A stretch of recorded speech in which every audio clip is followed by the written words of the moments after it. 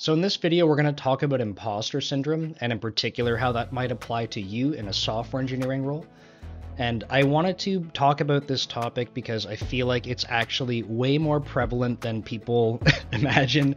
And I think the more time you spend in industry and the more people you talk to, especially about this topic, if you bring it up, the more you'll realize that lots of people go through this.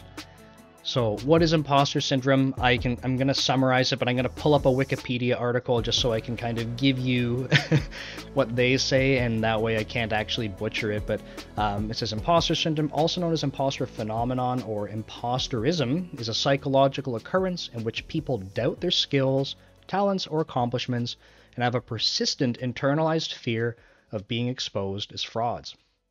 So, in software engineering, this is probably applicable to other careers and roles as well, but the focus will be software engineering for this conversation.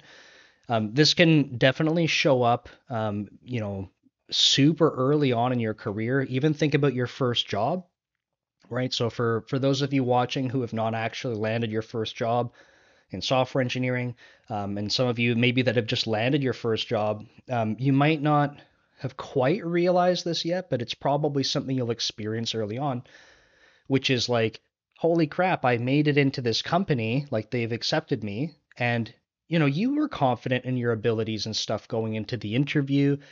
They gave you the offer, so you should feel confident that they trust in your abilities as well.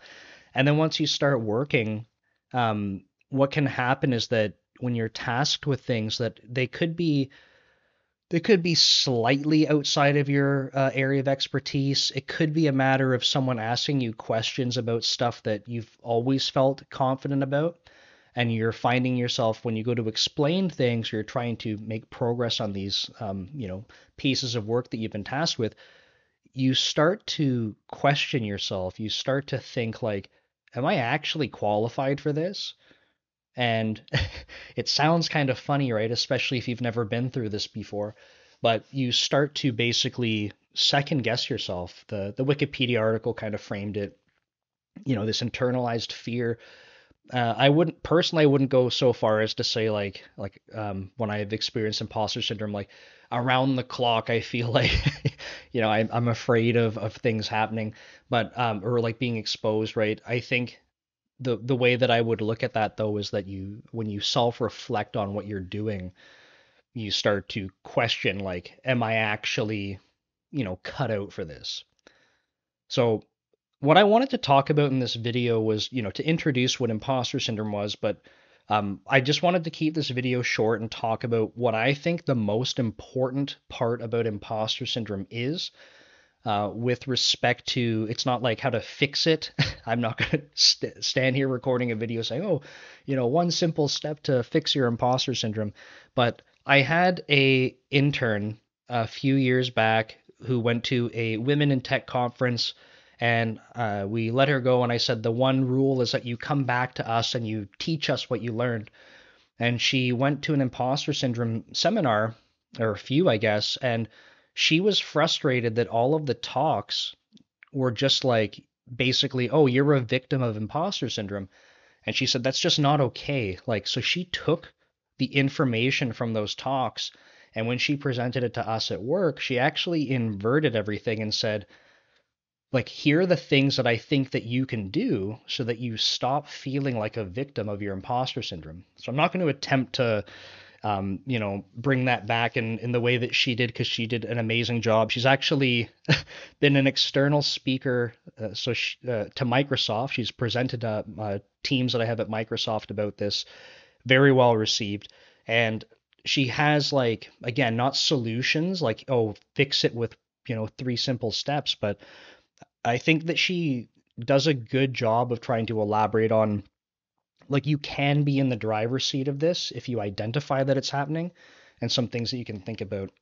But for me, the most important takeaway from what she was trying to explain, and when we did an interactive exercise as a group, was that realizing that every single person goes through imposter syndrome, and the more successful you are and the higher up role that you have, the more frequently you experience imposter syndrome and the more severe it is, kicks in. So Let that sink in for a second. If you are someone who is highly motivated, say you're a software engineer and you're like, I can't wait to be a senior, I'm going to be a principal, a staff, I'm going to be an architect someday, and you're doing everything you can in your career to get yourself there, odds are that you're going to experience imposter syndrome and you're going to experience it a lot as you progress. And I don't, again, I'm not here to explain the psychology about why that happens, but the most important part for me was like when I understood that I'm not alone, that other people, and not just like, oh, people that are more junior than me, because like I went through it too. Like, sure, you're new to a big tech company or you're new to a team.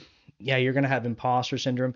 Not even like, sure, you will. That's fine. Like, that's, that's going to be part of the process, but like it will continue to happen. So hearing like people that like my managers' managers, I've had VPs at Microsoft telling us in a group like they've experienced imposter syndrome and that they still do in their role, right?